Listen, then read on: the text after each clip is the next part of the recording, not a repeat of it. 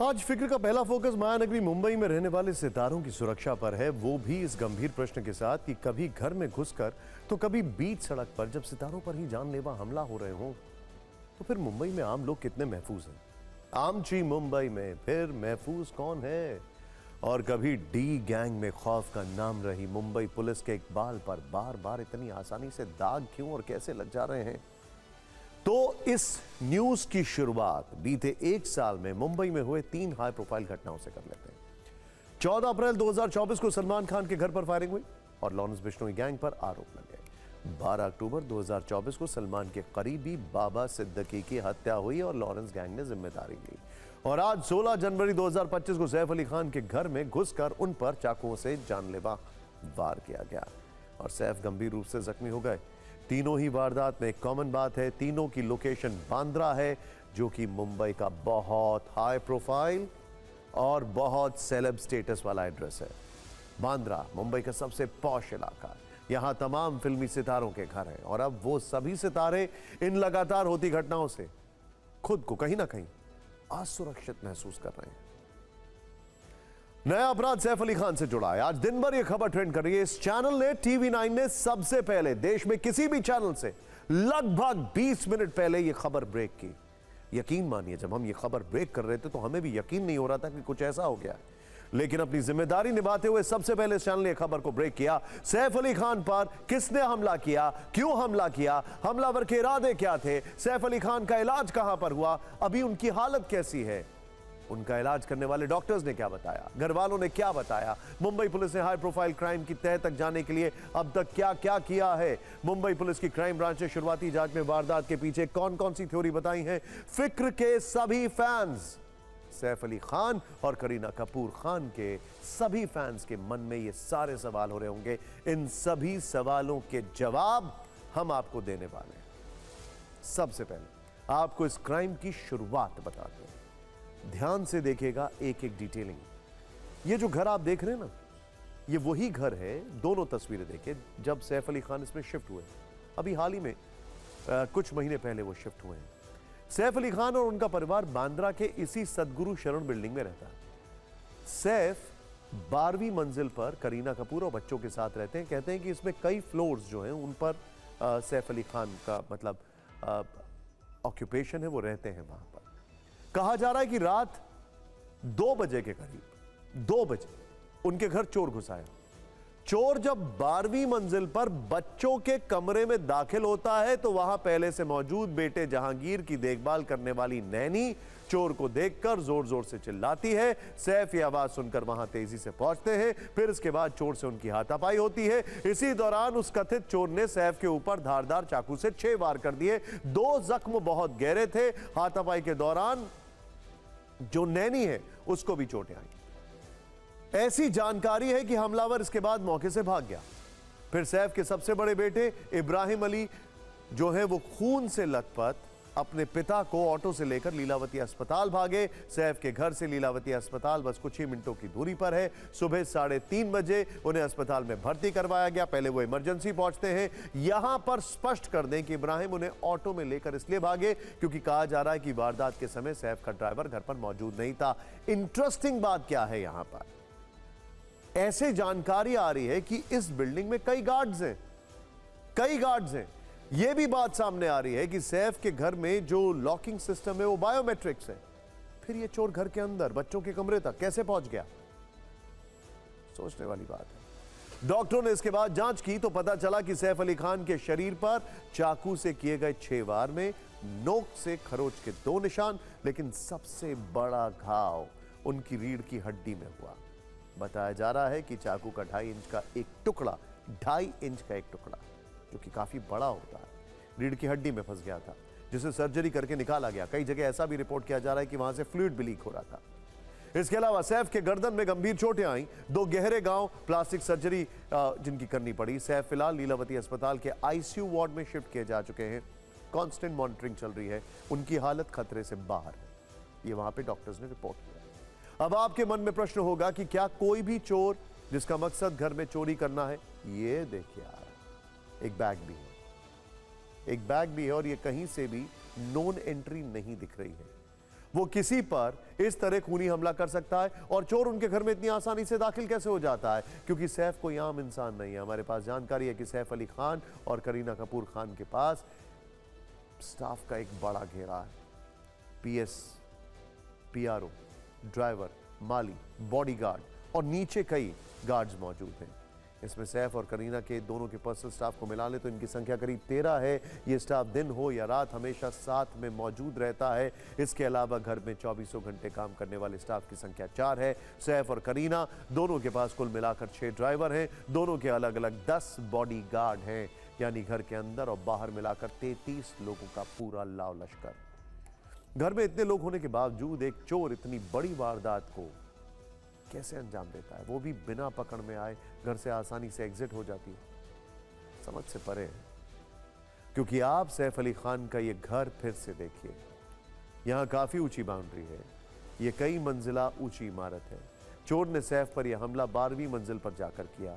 क्या इस दौरान घर में किसी स्टाफ, किसी बॉडीगार्ड की उस पर नजर नहीं पड़ी?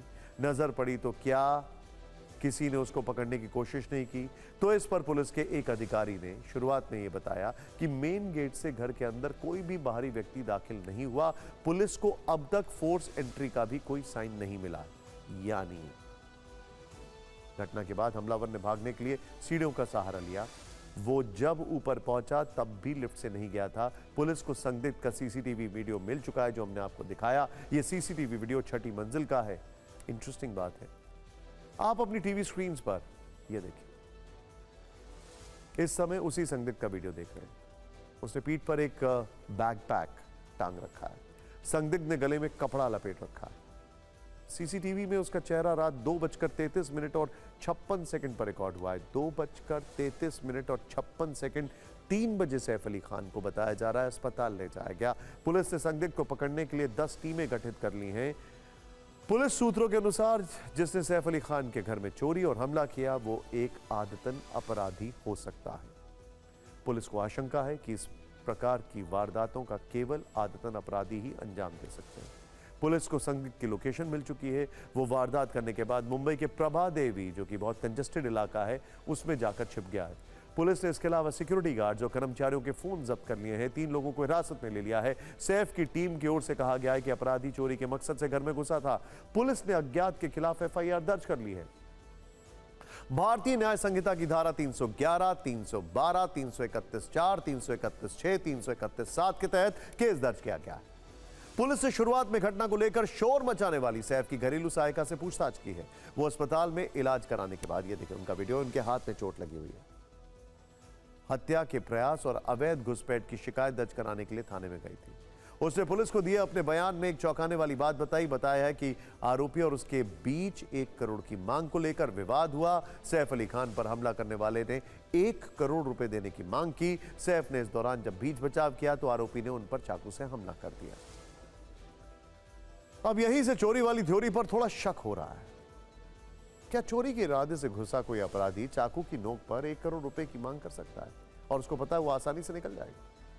और नहीं मिलने पर एक चोर किसी पेशेवर हत्यारे की तरह हत्या की कोशिश भी कर सकता है। इसीलिए इस थ्योरी पर जानकार शक जता रहे हैं। इस मामले की जांच एनकाउंटर स्पेशलिस्ट दया नायक कर रहे हैं। आपको याद होगा जब गोविंदा के पांव में गोली लगी थी तब भी इन्वेस्टिगेशन दया नायक ने किया था। क्राइम ब्रांच में नामी अधिकारियों में से दया नायक एक हैं। 90 के दशक में मुंबई के कुख्यात अंडरवर्ल्ड नेटवर्क को खत्म करने में उनकी बड़ी भूमिका रही है। वो 80 से ज्यादा एनकाउंटर कर चुके हैं। सैफ के घर से जांच के दौरान के कुछ वीडियोस आज वायरल हुए हैं। वो सैफ के घर वालों के दावों की पड़ताल कर रहे हैं। उनकी टीम ये पता लगा रही है कि हमलावर क्या वाकई चोरी के इरादे से घर में घुसा था या फिर सैफ अली खान को जान से मारना उसका मकसद था। सवाल यह भी है कि सैफ पर 6 वार करने वाला एक ही किरदार था या इसमें कोई और लोग शामिल हैं। Internal conspiracy.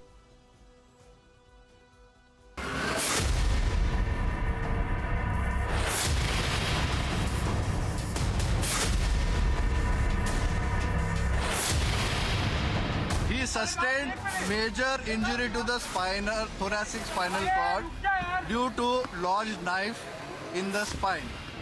Surgery was performed to remove the knife and also repair the leaking spinal fluid.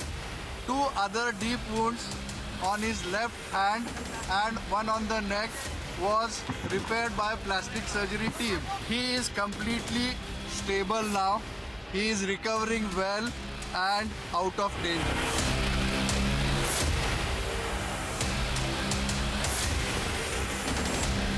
अभी तक के इन्वेस्टिगेशन में ये एक चोरी का अटेम्प्ट था, ऐसा हमारे इन्वेस्टिगेशन में निष्पन्न हुआ है। एक्यूज्ड को जल्दी अरेस्ट करने की कोशिश हमारी चल रही है। एक एक्यूज्ड आइडेंटिफाई हो चुका है, उसने स्टेयरकेस का यूज़ किया था, ये पता चला है। उस एक्यूज्ड को अरेस्ट करने के लिए टीम्स फील्ड पर है। 10 डिटेक्शन टीम्स हैं जो अलग अलग डायरेक्शंस में काम कर रही है।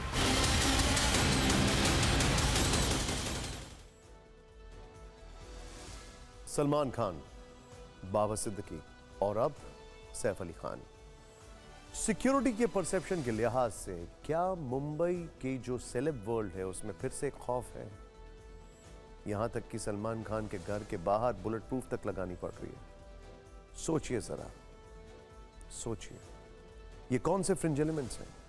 जब डी गैंग जो है वो एकदम पूरी तरीके से साइलेंट डोमिनेंट हो चुका है, तो ये कौन से फ्रिंज एलिमेंट्स हैं?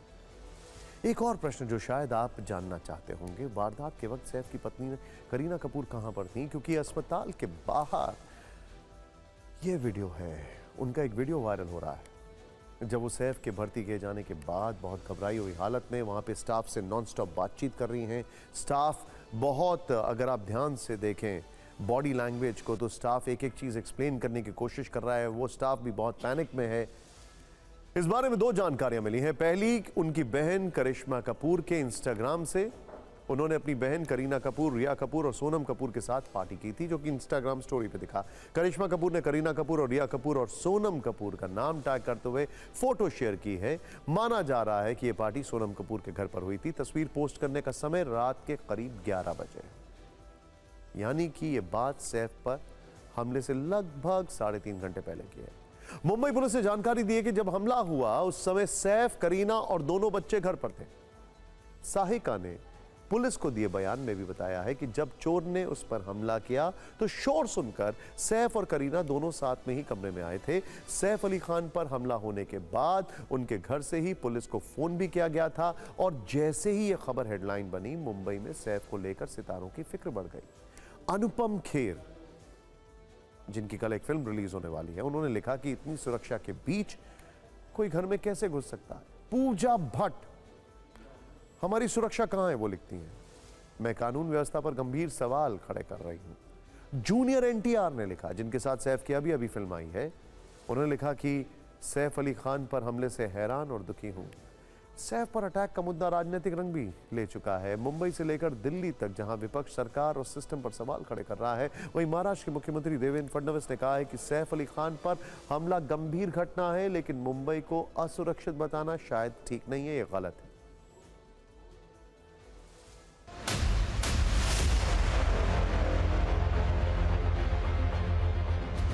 अगर इतने बड़े बड़े देश के सेलिब्रिटीज को भी भारतीय जनता पार्टी की डबल इंजन की सरकार सुरक्षा नहीं दे सकती, तो एक आम आदमी की तो सुरक्षा की बात ही क्या करें। तो ये वहां की राज्य सरकार और केंद्र सरकार के ऊपर बहुत बड़े प्रश्न चिन्ह खड़ा करता है।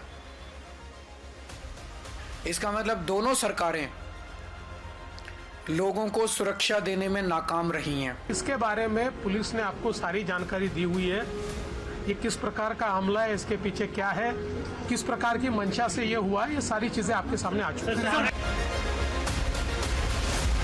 लेकिन सैफ अली कल प्रधानमंत्री मुंबई में थे और उसी वक्त सैफ अली खान पर कातिलाना हमला हुआ।